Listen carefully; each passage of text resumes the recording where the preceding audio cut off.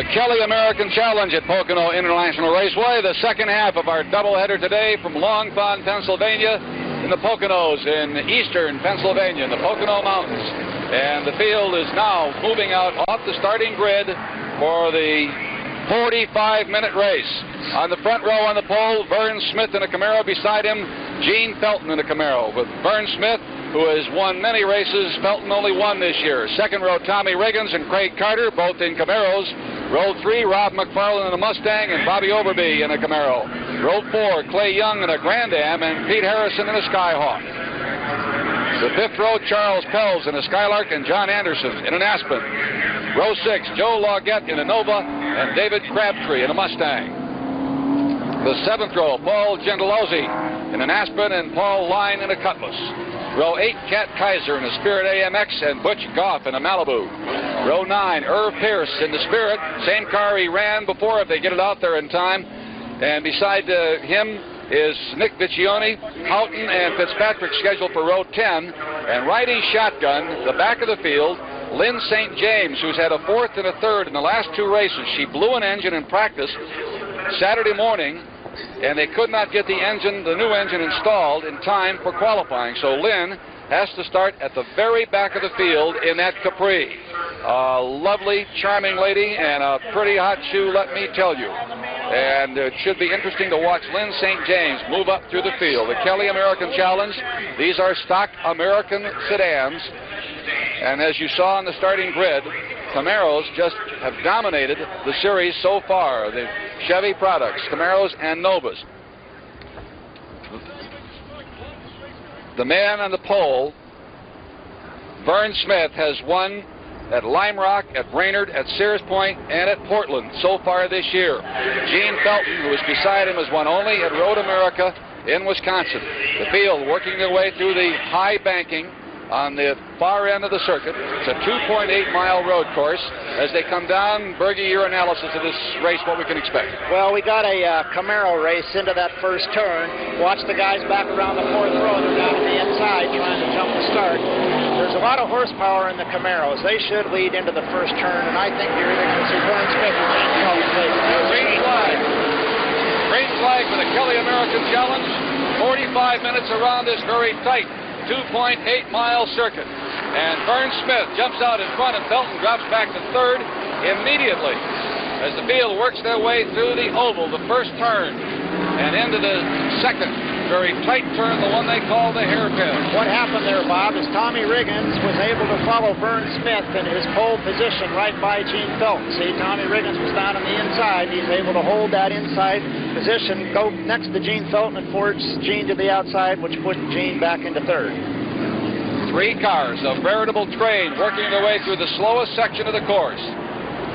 Smith, Riggins, and Felton, nose to tail, around the devil's elbow. And when they get up in the back straight, they are really going to be hauling the mail down that long straight. It's banked as they get up on there, swings to the right, and then the Long Pond straight, which takes them down into the banking at the far end of the circuit. Vern Smith out in front. Those are all CAMAROs.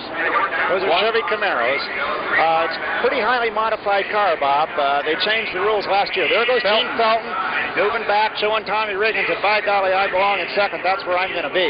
Felton's opinion is that he belongs in first all the time. Right, that's for sure. He just ran off of this series last year. This year he's had all kinds of mechanical problems that has kept him out of winner's circle every race but one. This is the next to the last race in the series, and Vern Smith is leading in the series, and he could clinch the season championship here at Pocono today. They've completed the first lap. 1 minute and 39 seconds. We'll get you the speed on that in just a moment. You can see these big, heavy cars really fighting their way around that oval first turn and driving into what is almost a W-shaped section of the course. Felton and Smith and Riggins, those three cars, 1, 2, 3, and Lynn St. James has already moved well up into the field, now running in 7th place, and she started last. There's Rob McFarlane has moved up into a 4th position. Rob is running pretty good. It looks like Bob Overby right behind him. That's Lynn St. James, the 07 car. That's a Mercury Capri. She is a very talented racer and a very articulate spokesman for what she does. and for whatever she undertakes. She also has an automotive parts company that she owns and operates. The leader's going up onto the back straightaway section of the course. Felton's taking a little lower line through Dennis Vern Smith. Felton closing down. These cars will draft down this long straight, Bergie. Oh, yeah, they'll draft. They'll try and get right up behind each other. There's Gene Felton. There's the effect of the draft. He's able to pull up, pull alongside, wheel to wheel, down inside. And away he goes. Now you're going to see Vern Smith's draft on Gene Felton.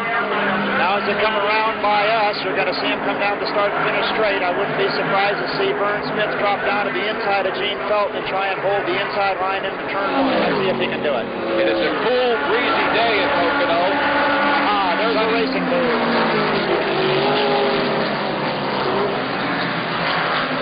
Vern Smith may be content just to ride along behind Felton for a while. Not taking it easy particularly, but there is no lap prize money at stake here. And he can save a little bit of the car by just following Felton around. Looks like he bobbled a bit there because Felton opened up a couple more car links on him. Well, if Vern Smith can follow right behind Gene, he puts a lot of pressure on him. And believe me, sometimes it's easier to be running second right on the tail of the leader. You put a lot of pressure on him. You force him to drive in a line maybe he doesn't want to. Felton stretching it out there as he goes through with the devil's elbow. That red Camaro is Riggins. There's Gene Felton. Gene Felton, the Georgian. He builds race cars. He has a parts company, and he also has a cosmetics operation. Gene doesn't look like the kind of guy who'd sell you face cream, does he? That's for sure. But he does. The white and purple Camaro out front. Gene Felton is really at home in these big cars. When you watch him drive and when you're near him on the racetrack, he's totally at ease. And the bigger the car, the more noise it makes, the bigger his smile. He just loves these things. Especially here at Pocono, because he spends so much of the time on the tri-oval. And he is well accustomed to oval racing as well as road racing. 1, 2, 3. Felton, Smith, Tommy Riggins running along in third place.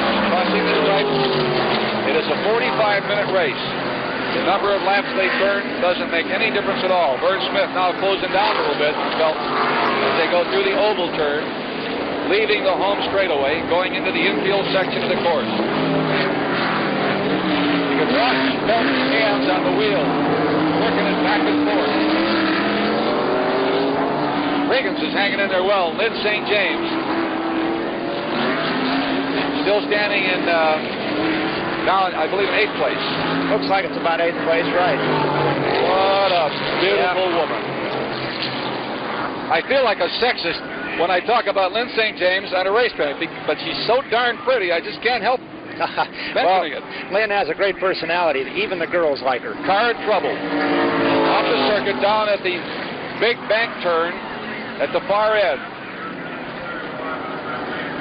We'll try to get his glasses on that. Well, that car is still there from the Champion Challenge race.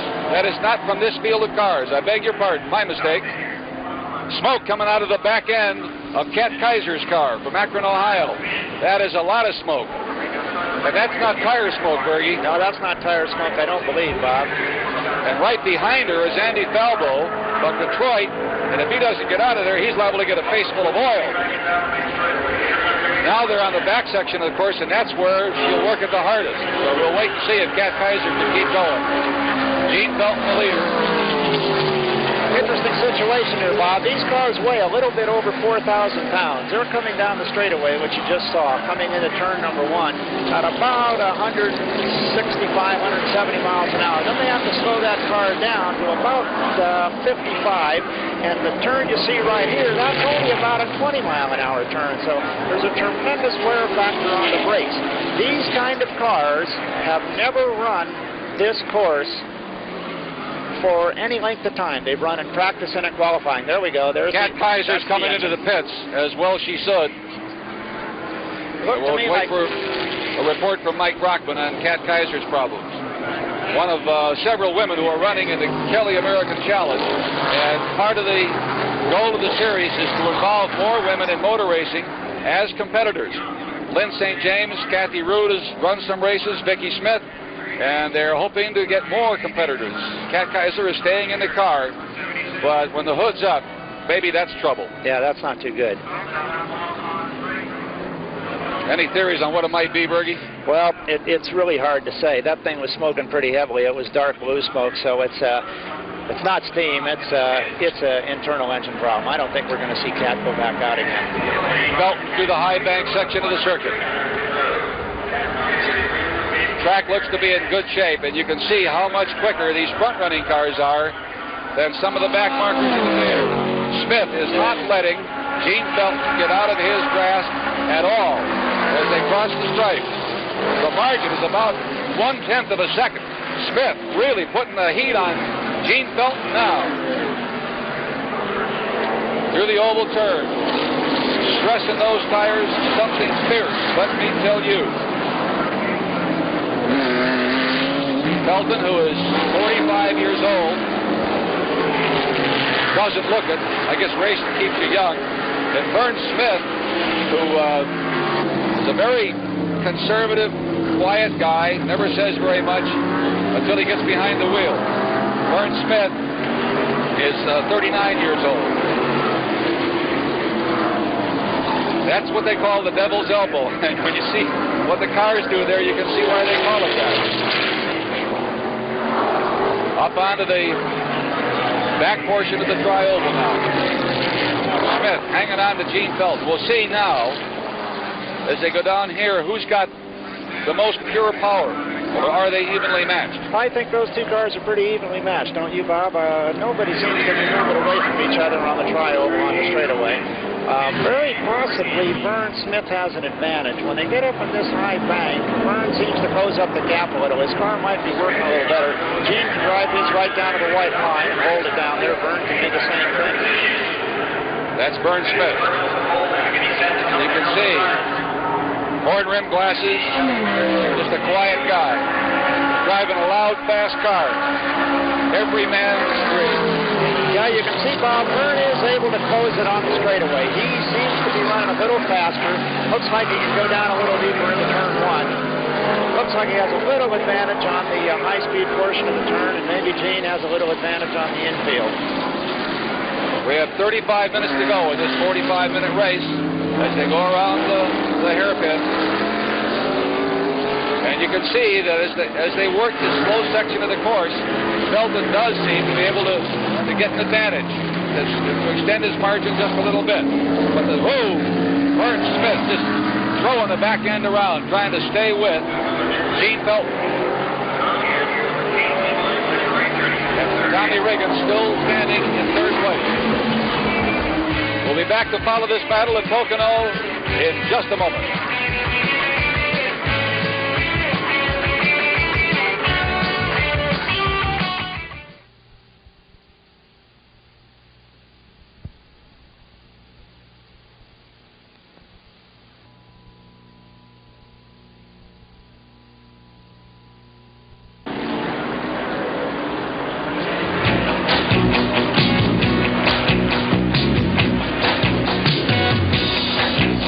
Felton is still out in front in the Kelly American Challenge at Pocono International Raceway at Long Pond, Pennsylvania. Paul and the International Motorsports Association have come to the Poconos and are putting on a great show for the crowd here today.